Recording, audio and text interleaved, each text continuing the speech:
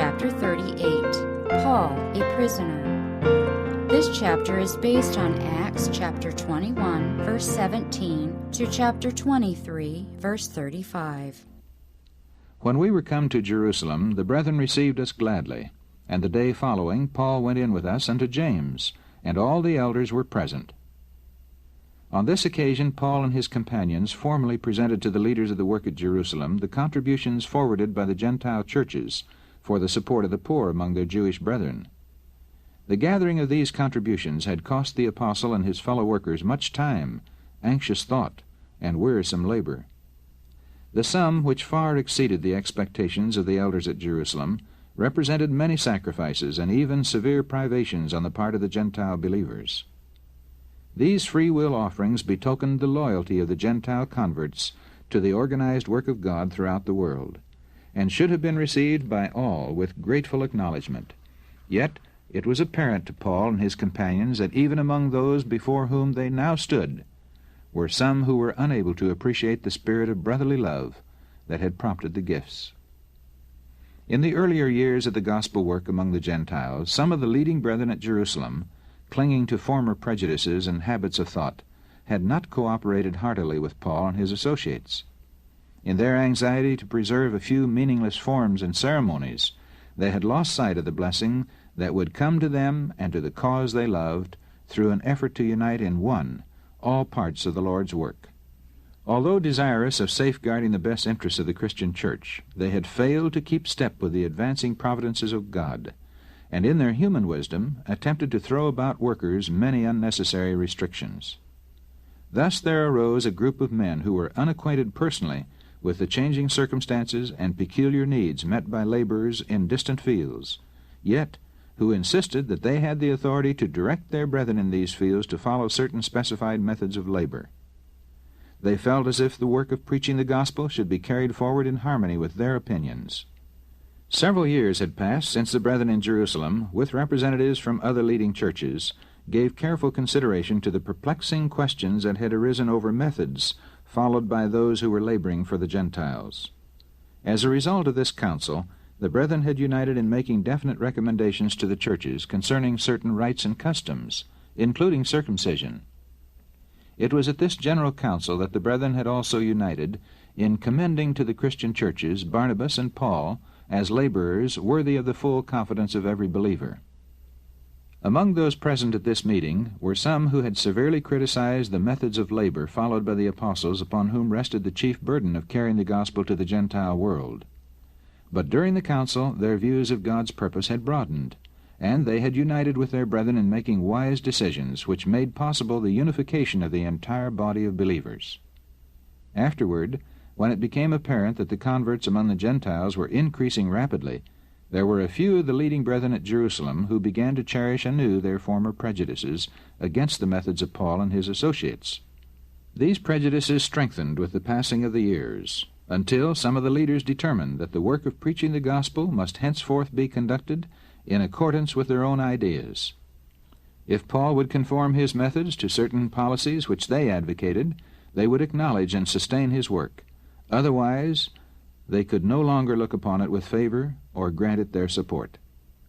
These men had lost sight of the fact that God is the teacher of his people, that every worker in his cause is to obtain an individual experience in following the divine leader, not looking to man for direct guidance, that his workers are to be molded and fashioned, not after man's ideas, but after the similitude of the divine.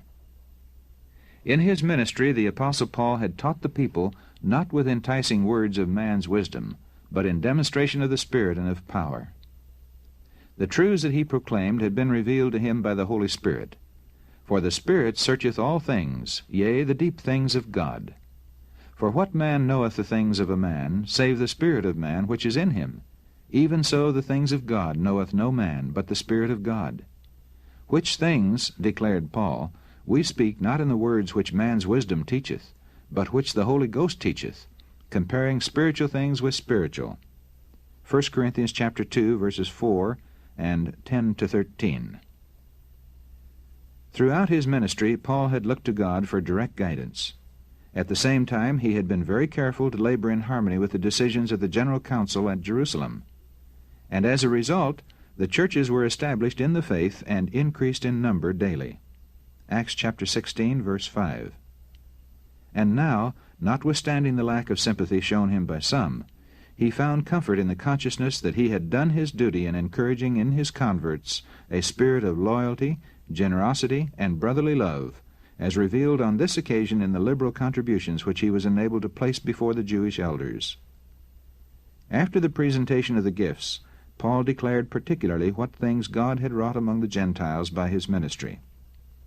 This recital of facts brought to the hearts of all, even of those who had been doubting, the conviction that the blessing of heaven had accompanied his labors. When they heard it, they glorified the Lord. They felt that the methods of labor pursued by the apostle bore the signet of heaven. The liberal contributions lying before them added weight to the testimony of the apostle concerning the faithfulness of the new churches established among the Gentiles.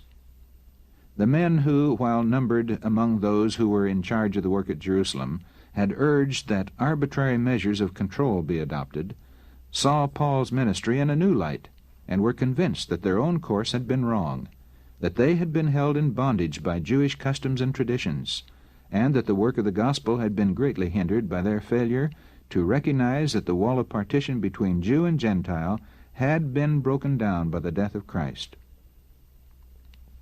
This was the golden opportunity for all the leading brethren to confess frankly that God had wrought through Paul, and that at times they had erred in permitting the reports of his enemies to arouse their jealousy and prejudice. But instead of uniting in an effort to do justice to the one who had been injured, they gave him counsel which showed that they still cherished a feeling that Paul should be held largely responsible for the existing prejudice.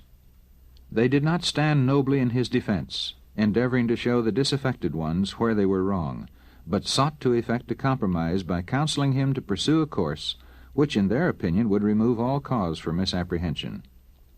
"Thou seest, brother," they said, in response to his testimony, "how many thousands of Jews there are which believe, and they are all zealous of the law, and they are informed of thee, that thou teachest all the Jews which are among the Gentiles to forsake Moses, saying that they ought not to circumcise their children, neither to walk after the customs.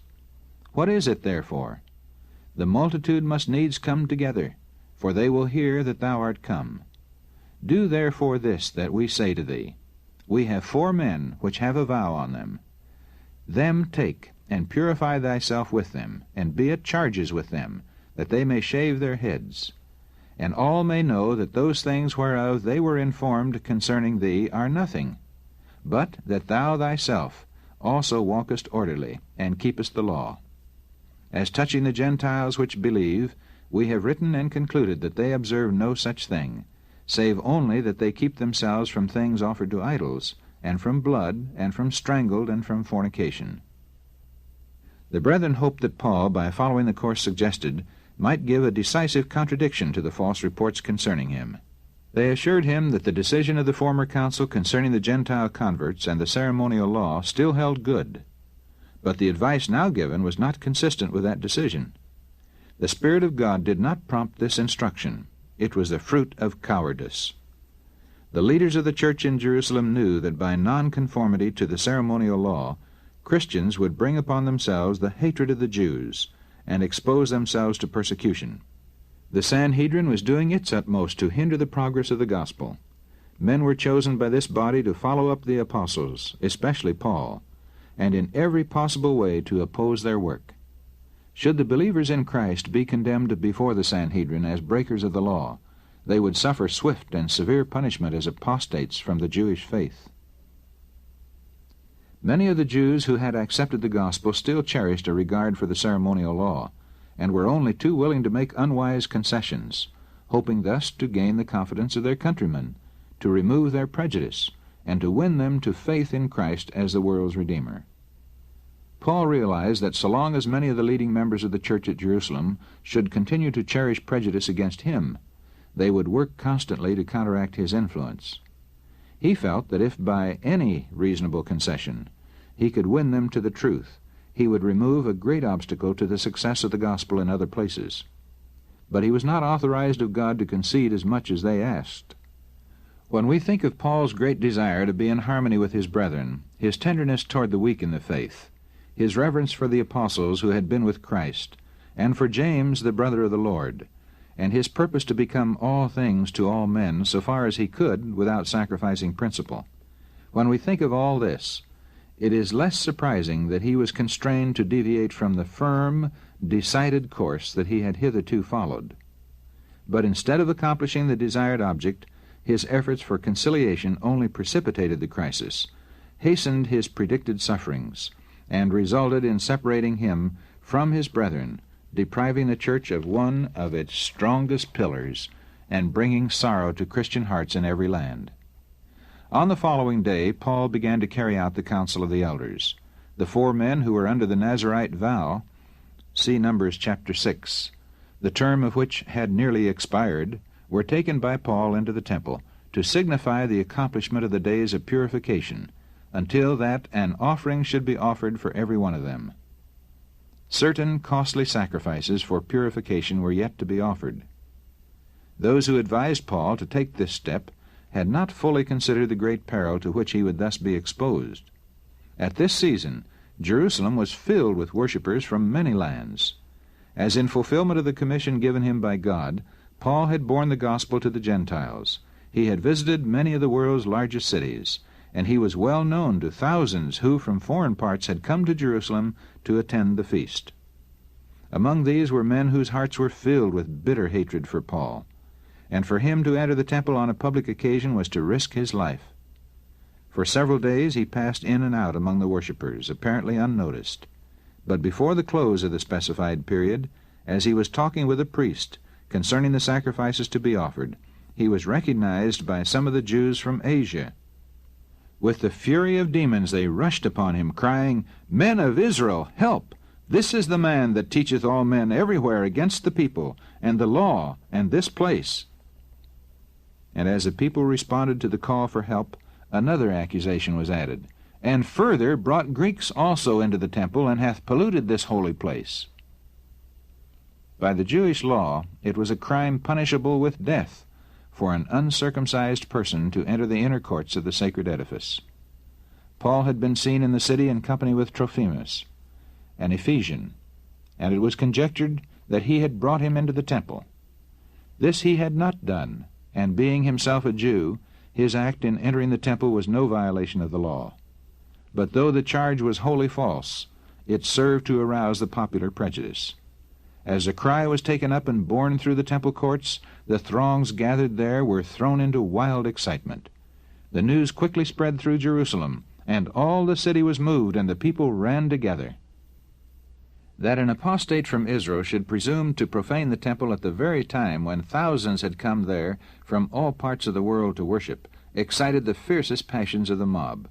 They took Paul and drew him out of the temple, and forthwith the doors were shut. As they went about to kill him, tidings came unto the chief captain of the band that all Jerusalem was in an uproar. Claudius Lysias well knew the turbulent elements with which he had to deal, and he immediately took soldiers and centurions and ran down unto them, and when they saw the chief captain and the soldiers, they left beating of Paul. Ignorant of the cause of the tumult, but seeing that the rage of the multitude was directed against Paul, the Roman captain concluded that he must be a certain Egyptian rebel of whom he had heard, who had thus far escaped capture. He therefore took him and commanded him to be bound with 2 chains, and demanded who he was and what he had done. At once many voices were raised in loud and angry accusation. Some cried one thing, some another, among the multitude, and when he could not know the certainty for the tumult, he commanded him to be carried into the castle. And when he came upon the stairs, so it was that he was borne of the soldiers for the violence of the people. For the multitude of the people followed after, crying, "Away with him!" In the midst of the tumult, the apostle was calm and self-possessed. His mind was stayed upon God, and he knew that angels of heaven were about him. He felt unwilling to leave the temple without making an effort to set the truth before his countrymen. As he was about to be led into the castle, he said to the chief captain, "May I speak unto thee?" Lysias responded, "Canst thou speak Greek? Art not thou that Egyptian which before these days madest an uproar, and leddest out into the wilderness 4,000 men that were murderers? In reply, Paul said, I am a man which am a Jew of Tarsus, a city in Cilicia, a citizen of no mean city, and I beseech thee, suffer me to speak unto the people. The request was granted, and Paul stood on the stairs and beckoned with the hand unto the people. The gesture attracted their attention, while his bearing commanded respect. And when there was made a great silence, he spake unto them in the Hebrew tongue, saying, Men, brethren and fathers, hear ye my defense which I make now unto you. At the sound of the familiar Hebrew words, they kept the more silence, and in the universal hush he continued, I am verily a man which am a Jew, born in Tarsus, a city in Cilicia, yet brought up in this city at the feet of Gamaliel, and taught according to the perfect manner of the law of the fathers, and was zealous toward God, as ye all are this day. None could deny the apostle's statements, as the facts that he referred to were well known to many who were still living in Jerusalem. He then spoke of his former zeal in persecuting the disciples of Christ, even unto death, and he narrated the circumstances of his conversion, telling his hearers how his own proud heart had been led to bow to the crucified Nazarene. Had he attempted to enter into argument with his opponents, they would have stubbornly refused to listen to his words. But the relation of his experience was attended with a convincing power that for the time seemed to soften and subdue their hearts. He then endeavored to show that his work among the Gentiles had not been entered upon from choice.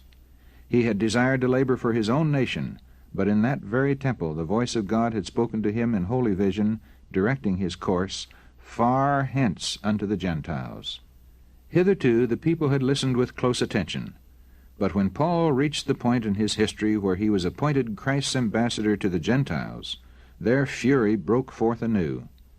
Accustomed to look upon themselves as the only people favored by God, they were unwilling to permit the despised Gentiles to share the privileges which had hitherto been regarded as exclusively their own. Lifting their voices above the voice of the speaker, they cried, Away with such a fellow from the earth, for it is not fit that he should live. As they cried out and cast off their clothes and threw dust into the air, the chief captain commanded him to be brought into the castle, and bade that he should be examined by scourging, that he might know wherefore they cried so against him. And as they bound him with thongs, Paul said unto the centurion that stood by, Is it lawful for you to scourge a man that is a Roman, and uncondemned? When the centurion heard that, he went and told the chief captain, saying, Take heed what thou doest, for this man is a Roman. Then the chief captain came and said unto him, Tell me, art thou a Roman? He said, Yea. And the chief captain answered, With a great sum obtained I this freedom. And Paul said, But I was free born. Then straightway they departed from him which should have examined him. And the chief captain also was afraid, after he knew that he was a Roman, and because he had bound him. On the morrow, because he would have known the certainty wherefore he was accused of the Jews, he loosed him from his bands, and commanded the chief priests and all their council to appear, and brought Paul down and set him before them. The apostle was now to be tried by the same tribunal of which he himself had been a member before his conversion. As he stood before the Jewish rulers, his bearing was calm, and his countenance revealed the peace of Christ. Earnestly beholding the council, he said, Men and brethren, I have lived in all good conscience before God until this day. Upon hearing these words, their hatred was kindled afresh, and the high priest Ananias commanded them that stood by him to smite him on the mouth. At this inhuman command, Paul exclaimed, God shall smite thee, thou whited wall, for sittest thou to judge me after the law, and commandest me to be smitten contrary to the law? They that stood by said, Revilest thou God's high priest? With his usual courtesy Paul answered, I wist not, brethren, that he was the high priest, for it is written, Thou shalt not speak evil of the ruler of thy people. But when Paul perceived that the one part were Sadducees and the other Pharisees, he cried out in the council, Men and brethren, I am a Pharisee, the son of a Pharisee. Of the hope and resurrection of the dead I am called in question. And when he had said so, there arose a dissension between the Pharisees and the Sadducees, and the multitude was divided. For the Sadducees say that there is no resurrection, neither angel nor spirit, but the Pharisees confessed both. The two parties began to dispute between themselves, and thus the strength of their opposition against Paul was broken. The scribes that were of the Pharisees' part arose and strove, saying, "We find no evil in this man. But if a spirit or an angel has spoken to him, let us not fight against God." In the confusion that followed, the Sadducees were eagerly striving to gain possession of the apostle, that they might put him to death, and the Pharisees were as eager in striving to protect him. The chief captain, fearing lest Paul should have been pulled in pieces of them, commanded the soldiers to go down and to take him by force from among them, and to bring him into the castle. Later, while reflecting on the trying experiences of the day, Paul began to fear that his course might not have been pleasing to God. Could it be that he had made a mistake after all in visiting Jerusalem? Had his great desire to be in union with his brethren led to this disastrous result? The position which the Jews, as God's professed people, occupied before an unbelieving world caused the apostle intense anguish of spirit. How would those heathen officers look upon them, claiming to be worshippers of Jehovah, and assuming sacred office, yet giving themselves up to the control of blind, unreasoning anger, seeking to destroy even their brethren who dared to differ with them in religious faith, and turning their most solemn deliberative council into a scene of strife and wild confusion? Paul felt that the name of his God had suffered reproach in the eyes of the heathen. And now he was in prison, and he knew that his enemies in their desperate malice would resort to any means to put him to death. Could it be that his work for the churches was ended, and that ravening wolves were to enter in now? The cause of Christ was very near to Paul's heart, and with deep anxiety he thought of the perils of the scattered churches, exposed as they were to the persecutions of just such men as he had encountered in the Sanhedrin Council. In distress and discouragement he wept and prayed. In this dark hour the Lord was not unmindful of his servant. He had guarded him from the murderous throng in the temple courts. He had been with him before the Sanhedrin Council. He was with him in the fortress, and he revealed himself to his faithful witness in response to the earnest prayers of the apostle for guidance. The night following, the Lord stood by him and said, "Be of good cheer, Paul, for as thou hast testified of me in Jerusalem, so must thou bear witness also at Rome." Paul had long looked forward to visiting Rome. He greatly desired to witness for Christ there, but had felt that his purposes were frustrated by the enmity of the Jews. He little thought even now that it would be as a prisoner that he would go. While the Lord encouraged his servant, Paul's enemies were eagerly plotting his destruction. And when it was day, certain of the Jews banded together and bound themselves under a curse, saying that they would neither eat nor drink till they had killed Paul. And they were more than 40 which had made this conspiracy. Here was a fast such as the Lord through Isaiah had condemned, a fast for strife and debate and to smite with the fist of wickedness. Isaiah chapter 58, verse 4. The conspirators came to the chief priests and elders and said, "We have bound ourselves under a great curse, that we will eat nothing until we have slain Paul. Now therefore ye with the council signify to the chief captain that he bring him down unto you tomorrow, as though ye would inquire something more perfectly concerning him. And we, or ever he come near, are ready to kill him." Instead of rebuking this cruel scheme, the priests and rulers eagerly agreed to it. Paul had spoken the truth when he compared Ananias to a whited sepulchre. But God interposed to save the life of his servant. Paul's sister's son, hearing of the lying in wait of the assassins, went and entered into the castle and told Paul. Then Paul called one of the centurions unto him, and said, "Bring this young man unto the chief captain, for he hath a certain thing to tell him." So he took him, and brought him to the chief captain, and said, "Paul the prisoner called me unto him, and prayed me to bring this young man unto thee, who hath something to say unto thee."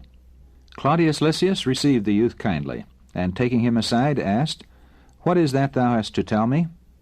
The youth replied, "The Jews have agreed to desire thee that thou wouldest bring down Paul tomorrow into the council, as though they would inquire somewhat of him more perfectly.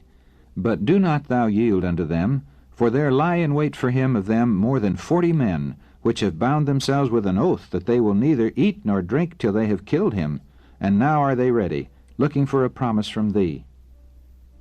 The chief captain then let the young man depart, and charged him, "See thou tell no man that thou hast showed these things to me." Lysias at once decided to transfer Paul from his jurisdiction to that of Felix the procurator. As a people, the Jews were in a state of excitement and irritation, and tumults were of frequent occurrence. The continued presence of the apostle in Jerusalem might lead to consequences dangerous to the city, and even to the commandant himself. He therefore called unto him 2 centurions, saying, Make ready 200 soldiers to go to Caesarea, and horsemen 70, and spearmen 200, at the 3rd hour of the night, and provide them beasts, that they may set Paul on, and bring him safe unto Felix the governor. No time was to be lost in sending Paul away. The soldiers, as it was commanded them, took Paul, and brought him by night to Antipatris. From that place the horsemen went on with the prisoner to Caesarea, while the 400 soldiers returned to Jerusalem. The officer in charge of the detachment delivered his prisoner to Felix, also presenting a letter with which he had been entrusted by the chief captain. Claudius Lysias unto the most excellent governor Felix sendeth greeting. This man was taken of the Jews, and should have been killed of them. Then came I with an army, and rescued him, having understood that he was a Roman. And when I would have known the cause wherefore they accused him, I brought him forth into their council, whom I perceived to be accused of questions of their law, but to have nothing laid to his charge worthy of death or of bonds. And when it was told me how that the Jews laid wait for the man, I sent straightway to thee, and gave commandment to his accusers also, to say before thee what they had against him. Farewell. After reading the communication, Felix inquired to what province the prisoner belonged, and being informed that he was of Cilicia, said, I will hear thee, when thine accusers are also come. And he commanded him to be kept in Herod's judgment hall. The case of Paul was not the first in which a servant of God had found among the heathen an asylum from the malice of the professed people of Jehovah. In their rage against Paul, the Jews had added another crime to the dark catalogue which marked the history of that people. They had still further hardened their hearts against the truth, and had rendered their doom more certain. Few realized the full meaning of the words that Christ spoke when in the synagogue at Nazareth he announced himself as the Anointed One. He declared his mission to comfort, bless, and save the sorrowing and the sinful, and then, seeing that pride and unbelief controlled the hearts of his hearers, he reminded them that in time past God had turned away from his chosen people because of their unbelief and rebellion, and had manifested himself to those in heathen lands who had not rejected the light of heaven. The widow of Sarepta and Naaman the Syrian had lived up to all the light they had. Hence, they were accounted more righteous than God's chosen people who had backslidden from him, and had sacrificed principle to convenience and worldly honor. Christ told the Jews at Nazareth a fearful truth when he declared that with backsliding Israel there was no safety for the faithful messenger of God. They would not know his worth or appreciate his labors. While the Jewish leaders professed to have great zeal for the honor of God and the good of Israel, they were enemies of both. By precept and example they were leading the people farther and farther from obedience to God, leading them where he could not be their defense in the day of trouble.